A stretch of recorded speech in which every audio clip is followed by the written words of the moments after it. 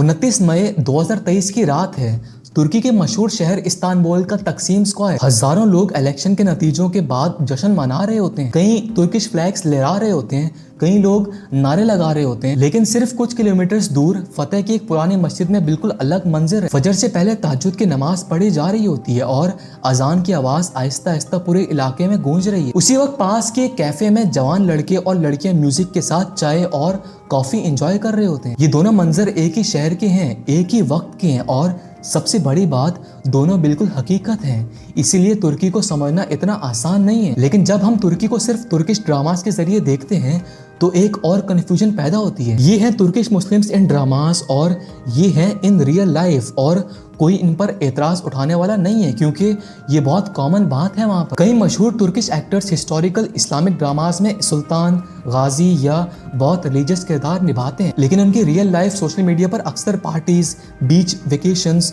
Alcohol या modern fashion नजर आता है। इसी वजह से हर साल तुर्की में स्क्रीन इमेज और रियल लाइफ पर नई बहस शुरू हो जाती है। अक्सर लोग सोचते हैं कि जितने भी मुस्लिम मेजॉरिटी मुल्क होते हैं उनकी जिंदगी लगभग एक जैसी होती है, लेकिन तुर्की इस सच को बिल्कुल बदल देते हैं। सर्वेस के मुताबिक अक्सरियत तुर्किश लोग अपने आप को मुस्लिम कहते हैं, लेकिन साथ ही तुर्की का कॉन्स्टिट्यूशन 1928 से ऑफिशियली सेकुलर है। सेकुलर का मतलब हुकूमत किसी एक मजहब के मुताबिक नहीं चलती। यहाँ हर तरफ मस्जिदें भी मिलती हैं और नाइट लाइफ भी मिलेगी आपको।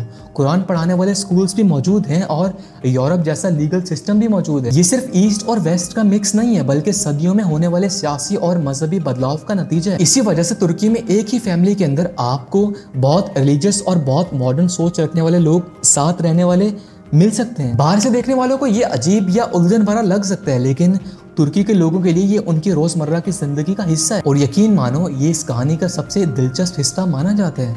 असल कहानी तो अब शुरू होती है। इस वीडियो में हम 3 अहम सवालों के जवाब तलाश करने की कोशिश करेंगे। सबसे पहले हम समझेंगे कि 1924 में ऑटोमन कैलिफेट के खत्म होने के बाद तुर्की की इस्लामिक आइडेंटिटी किस तरह बदली और क्यों लगभग एक सदी बाद भी उस फैसले का असर तुर्की की सियासत और सोसाइटी में महसूस किया जाता है। उसके बाद हम देखेंगे कि तुर्की के मुस्लिम्स की रोजमर्रा की जिंदगी अरब दुनिया के बहुत से मुस्लिम मुल्कों से इतनी अलग क्यों नजर आती है और कोई एतराज करने वाला क्यों नहीं है। क्या ये फर्क सिर्फ कल्चर की वजह से है या सियासत और इस्लाम को समझने के तरीके ने भी इसमें बहुत बड़ा किरदार अदा किया है। और आखिर में हम उन जगहों तक चलेंगे जहां सूफी रिवायत, मॉडर्न तुर्किश नेशनलिज्म और सेकुलर स्टेट एक ही मुल्क में साथ साथ नजर आते हैं। कभी ये एक दूसरे के साथ चलने की कोशिश करते हैं और कभी उनके बीच खुली बहस और टकराव भी देखने को मिलती है। लेकिन सबसे बड़ा सवाल ये है, अगर तुर्की के ज्यादातर लोग मुस्लिम हैं तो फिर दुनिया में शायद सबसे ज्यादा बहस उन्हीं की इस्लामिक आइडेंटिटी पर क्यों होती है। भाई देखो, हर मुस्लिम मुल्क ने अपनी खिलाफत खुद खत्म नहीं की थी,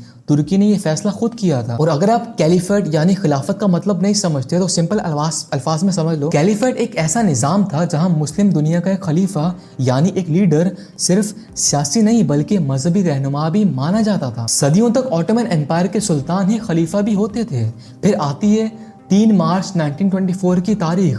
अंकारा में तुर्किश ग्रैंड नेशनल असेंबली का एक सेशन होता है। सिर्फ एक वोट होता है और उस एक फैसले के साथ लगभग 400 साल पुराना ऑटोमन खलीफेट खत्म कर दिया जाता है। उस वक्त जो आखिरी खलीफा था वो अब्दुल मजीद था और उसी रात उसको मुल्क छोड़कर वापस जाना पड़ा उसको, क्योंकि उसकी हुकूमत खत्म हो गई तो उसको मुल्क से निकाल दिया गया। फिर कुछ ही घंटों बाद वो चंद सूटकेसेस के साथ ट्रेन में बैठकर स्विट्जरलैंड के लिए रवाना हो गए।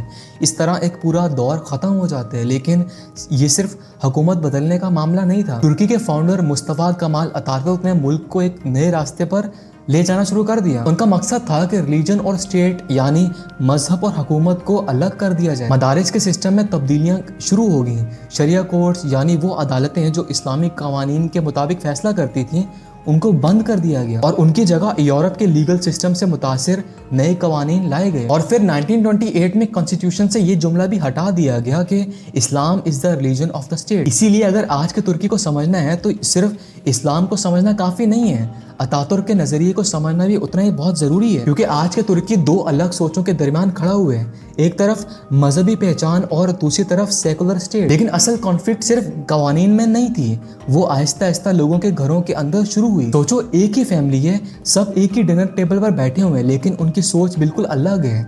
आज का तुर्की कुछ ऐसा ही नजर आता है। प्यू रिसर्च और तुर्की के दूसरे सर्वेस बार बार दिखाते हैं कि زیادہ تر ترکش لوگ اپنے آپ کو مسلم کہتے ہیں، لیکن ہر شخص اپنے مذہب پر ایک جیسا عمل نہیں کرتا۔ کچھ لوگ روزانہ نماز پڑھتے ہیں، کچھ صرف رمضان یا عید کے موقع پر، اور کچھ لوگ مسلم پہچان رکھتے ہوئے بہت ماڈرن اور سیکولر لائف سٹائل گزارتے ہیں۔ اگر آپ استنبول کے نسانتاسی ایریا کو کونیا سے کمپیئر کریں تو فرق بہت جلدی سمجھ آ جاتے ہیں۔ دونوں ترکی کے شہر ہیں لیکن ماحول بالکل الگ لگتا ہے۔ کہیں حجاب بہت کامن ہے تو کہیں ویسٹرن فیشن زیادہ نظر آتے ہیں، کہیں صوفی ذکر کی محفلیں ہوتی ہیں تو کہیں نائٹ لائف اور کیفے زیادہ مشہور ہیں۔ یعنی ایک ہی ملک کے اندر دو الگ الگ دنیایں ساتھ ساتھ چلتی ہوئی نظر آتی ہیں۔ اور پھر 2002 میں رجب طیب اردوغان کی AK پارٹی الیکشن جیت جاتی ہے۔ آج بھی ترکی میں ہر مسلم ایک جیسا نہیں ہوتا۔ کچھ لوگ حنفی روایت کو فالو کرتے ہیں، کچھ صوفی سلسلوں سے جڑے ہوئے ہوتے ہیں، جبکہ بہت سے لوگ صرف کلچرل مسلم آئیڈینٹی رکھتے ہیں۔ اسی لیے ترکی کو سمجھنے کے لیے صرف یہ دیکھنا کافی نہیں ہے کہ کتنے لوگ مسلم ہیں، اصل سوال یہ ہے کہ ہر شخص اپنی مسلم آئیڈینٹی کو کس طرح جیتا ہے۔ اس کے بعد آہستہ آہستہ پبلک میں مذہبی پہچان پہلے سے زیادہ نظر آنے لگتی ہے، اور 2013 کے بعد یونیورسٹیز اور گورنمنٹ آفیسز میں ہیڈ اسکارف پر لگی ہوئی ریسٹرکشنز بھی ختم کر دی جاتی ہے۔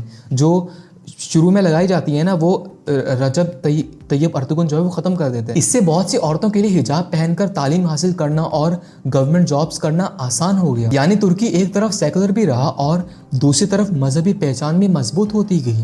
آج بھی یہ دونوں پہچانیں جو ہیں وہ ایک ساتھ چل رہی ہیں، لیکن یہ صرف اوپر کی کہانی ہے، اس کے نیچے ایک اور گہری کہانی چھپی ہوئی ہے۔ کبھی کبھی ایک پرانی تصویر پوری تاریخ سمجھا دیتی ہے۔ دسمبر 2004 میں ترکی کے شہر کونیا میں ہزاروں لوگ مشہور صوفی اسکالر جلال الدین رومی کی برسی پر جمع ہوتے ہیں۔ سفید لباس پہنے درویشز آہستہ آہستہ گھومنا شروع کر دیتے ہیں۔ پہلی نظر میں یہ صرف ایک ڈانس لگ سکتا ہے، لیکن اصل میں یہ میولیلوی صوفی روایت کا حصہ ہے، جہاں یہ گھومنا اللہ کی یاد اور روحانی عبادت کی ایک خاص شکل مانا جاتا ہے۔ لیکن ہمیشہ سے ایسا نہیں تھا۔ 1925 میں اتاتورک نے تمام صوفی لاجز، جنہیں ٹیکس کہا جاتا ہے، آفیشلی بند کر دیے تھے۔ یہ وہ جگہیں ہوتی ہیں جہاں صوفی لوگ عبادت، تعلیم اور روحانی گیدرنگز کے لیے جمع ہوتے ہیں۔ حکومت کا مقصد تھا کہ اسٹیٹ کے باہر کوئی الگ مذہبی اتھارٹی مضبوط نہ ہو۔ اس کے بعد کئی صوفی روایتیں چھپ کر چلتی رہی، خود صرف گھروں اور فیملی سرکلز تک محدود ہو گئی تھی۔ پھر وقت بدلا۔ آج ترکی کے شہر کونیا میں رومی کی یہی سیرمنیز یونیسکو کی انٹینجیبل کلچرل ہیریٹیج لسٹ کا حصہ ہیں۔ یعنی جو روایت کبھی پابندیوں کا شکار تھیں، آج وہی ترکی کی کلچرل پہچان کی ایک بڑی نشانی بن چکی ہے۔ شاید اسی لیے ترکی کو سمجھنا اتنا مشکل ہے، کیونکہ یہاں ایک ہی چیز مختلف ایرا میں الگ الگ معنی رکھتی تھی۔ اور پھر ہم اس جگہ پر پہنچتے ہیں جہاں سیاست، مذہب اور آئیڈینٹی ایک دوسرے سے ملنا بھی شروع کرتے ہیں اور ٹکرانا بھی۔ اور اب بات کرتے ہیں اس واقعے کی جو بہت کم لوگ ڈیٹیل میں جانتے ہیں۔ 15 جولائی 2016 ترکی میں ایک فیلڈ کاپ اٹیمپٹ ہوتی ہے، یعنی حکومت کا تختہ الٹنے کی کوشش کی جاتی ہے۔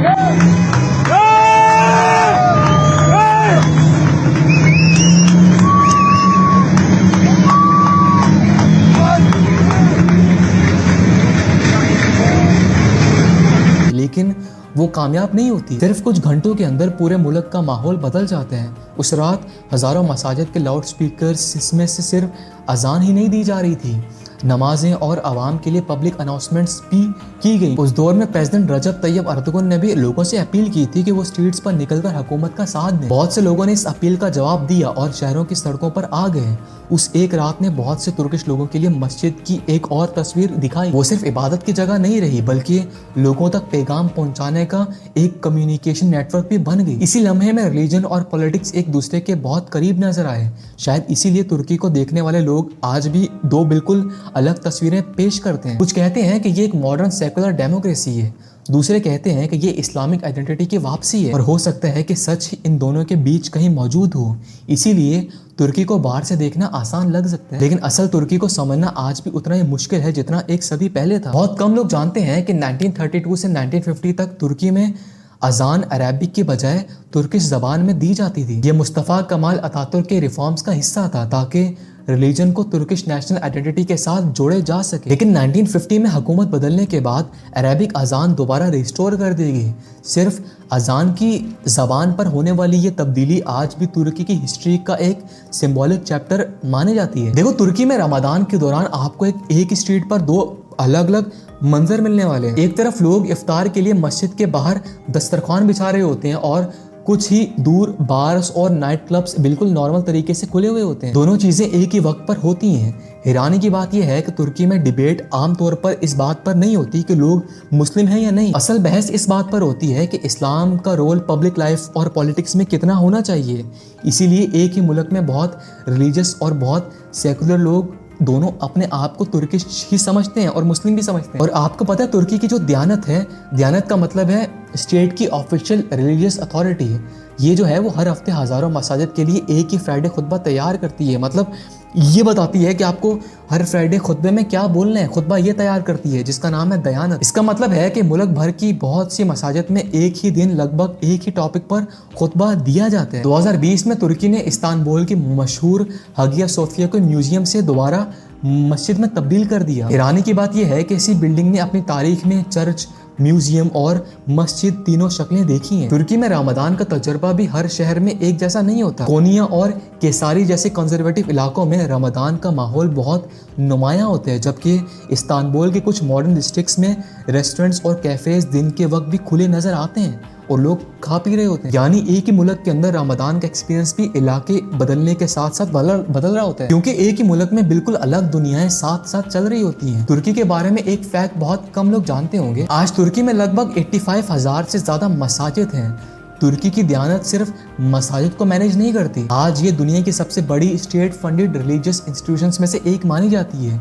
इसके जरिए हजारों इमाम्स अपॉइंट किए जाते हैं। यानी सेकुलर स्टेट होने के बावजूद रिलीजन का स्टेट के साथ रिश्ता आज भी बहुत गहरा है वहाँ पर, यानी कई मुल्कों से ज्यादा। लेकिन इस मुल्क में हर इलेक्शन के दौरान रिलीजन और सेकुलरिज्म यानी मजहब और स्टेट का रोल पर बहुत ज़्यादा स्ट्रांगली बहस की जाती है। एक मुल्क जहाँ इतने मसाजिद हों, वहाँ सबसे बड़ी सियासी बहस अक्सर इसी बात पर होती है कि मजहब और हुकूमत के दरमियान लाइन कहाँ ख़त्म होनी चाहिए। शायद इसीलिए तुर्की दुनिया के सबसे इंटरेस्टिंग मुस्लिम मेजॉरिटी मुल्कों में से एक है। यहाँ इस्लाम सिर्फ इबादत का मामला नहीं है, बल्कि हिस्ट्री, कल्चर, सियासत और पर्सनल आइडेंटिटी से भी जुड़ा हुआ होता है। इसी वजह से दो तुर्किश मुस्लिम्स एक ही दीन को फॉलो करते हुए भी अपनी ज़िंदगी बिल्कुल मुख्तलिफ तरीके से जी सकते हैं। और शायद इसी डाइवर्सिटी को बाहर की दुनिया अक्सर हिपोक्रेसी समझती है, जबकि असल में ये एक बहुत लंबी तारीख और मुख्तलिफ तजुर्बों का नतीजा है। मैं मतलब इस तुर्किश लाइफस्टाइल से एग्री नहीं कर रहा, बट मैं आपको कुछ और समझाना चाह रहा हूँ। खैर, अब मैं आपसे एक सवाल पूछता हूँ, दिल से जवाब देना। क्या आपके नज़दीक किसी एक्टर की रियल लाइफ को उसके ड्रामे के किरदार से कंपेयर करना ठीक है, या हमें स्क्रीन और असल ज़िंदगी को अलग अलग देखना चाहिए? अपनी राय मुझे कमेंट में ज़रूर देना, और मुझे ये भी बताना है कि तुर्किश मुस्लिम्स का जो लाइफ स्टाइल है उससे आप मुतासिर हैं क्या? आप क्या फील करते हैं? मुझे बताना, वाकई मुझे जानना है भाई। You drink? Yeah, bro. Bro, you smoke? Yeah, bro. But you don't eat pork. Astaghfirullah, bro. I'm Muslim.